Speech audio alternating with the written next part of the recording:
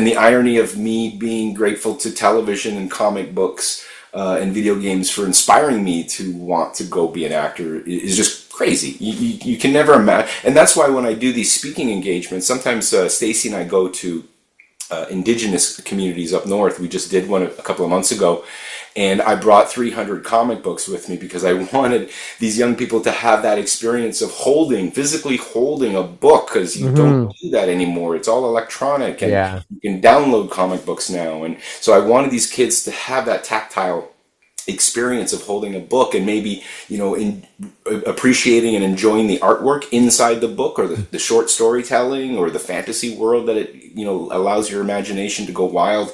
And I wanted these kids to maybe be inspired by these books. Maybe when I was a kid, I remember I used to trace the characters and try to do my own artwork, and I do that. Yeah, I did that too. I mean? So again, you never know what kind of influence something as simple as giving a kid a comic book can have on that person. So yeah, it's really neat. I wanted them to have that experience as well, because they just don't have comic book stores up north. So yeah, yeah, and that's, even just the smell of them, right? Like when it's brand new and you can smell the ink, or when it's like old and it just smells like, but if you're in the experience of reading it and being in that world, then that scent and the feeling of the pages in your hand, that takes you back too. Oh yes, absolutely. Like the gum you shouldn't chew in the trading card packs. Yeah. Don't chew that. The 5 seconds of flavor, it's like it just takes you right back. And then that pasty dry, that powder, that chalk powder. Yeah. Jeez. Yeah, sports cards too. I mean, sports cards have never gone away, but now it's Pokemon and all that other kind of wild collectible stuff. And again, be careful, because that stuff can be very short-lived, trendy. Again, I know nothing about Pokemon and all the other collectible cards that are out there, but hey, man, I always get it because you want it.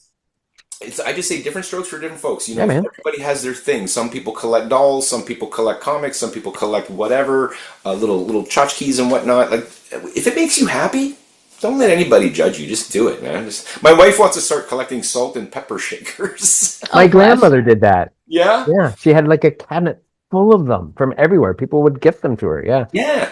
My mom used to collect spoons. I have a spoon collection. Publicity trips, I would bring her back a spoon from wherever I went, and she really enjoyed that. So, you know what? It is nice. The one thing I forgot to talk to you guys about is how I got back into the collectibles. I told about this really cool story that I wanted to share. Unless we're out of time, do it. We'll have to do a part 2. But if we're still okay for time. Yes, of course.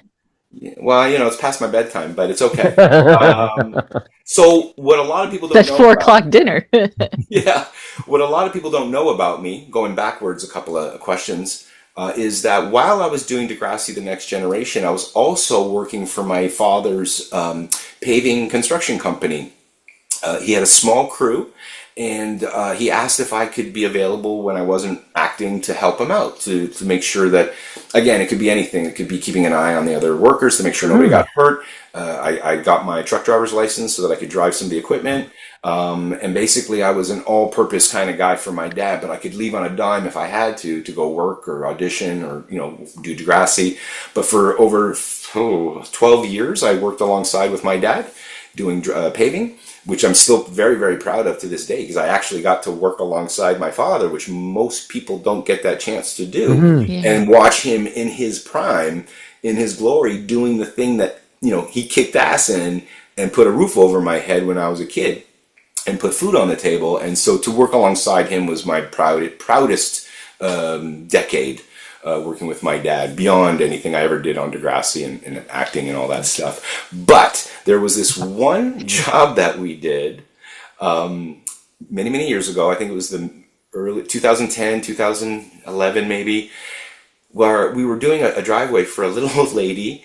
And when you're paving a driveway, you have to put the equipment inside the garage. Once you've laid the asphalt, you jump on your roller and you start paving to smooth out that asphalt and compact it. And so I was parking my equipment in her garage, and I was filling up the tanks with water, because you need water to roll on the asphalt. And I noticed all these sports cards and boxes and binders, and there must have been like tens of thousands of cards all over this garage. And I was like, Miss, Do you know that these cards are probably not in the best environment? Like the humidity, being outdoors. Like, do you not have a place inside to store all these sports cards? And she's like, I've been trying to get rid of these sports cards ever since my husband passed away like 10 years ago. And I'm like, oh my God. I'm like, okay. And again, I didn't collect sports I cards. can help you. Right? I didn't collect sports cards, and I didn't know a thing about sports really, and who the top players were. I could tell you who Wayne Gretzky is and all that, but I couldn't tell you anybody else. And so I said to the lady, "Well, how much do you want for them?" I'm thinking she's going to say, $20,000 or $10,000. And Yeah. she said, just take them out of here. I'd be so happy if you just got rid of them. So, cut to my basement. I have 120,000 sports cards in my my God. basement. And my wife is like, what the hell did you bring home? I'm like, it's okay, honey. I'm going to put them in the closet. I was just kind of taking a quick look and seeing what's here. And I remember specifically, it was the year that Tiger Woods got the shit kicked out of him by his wife for cheating on him. It was Valentine's Day or week or something like that.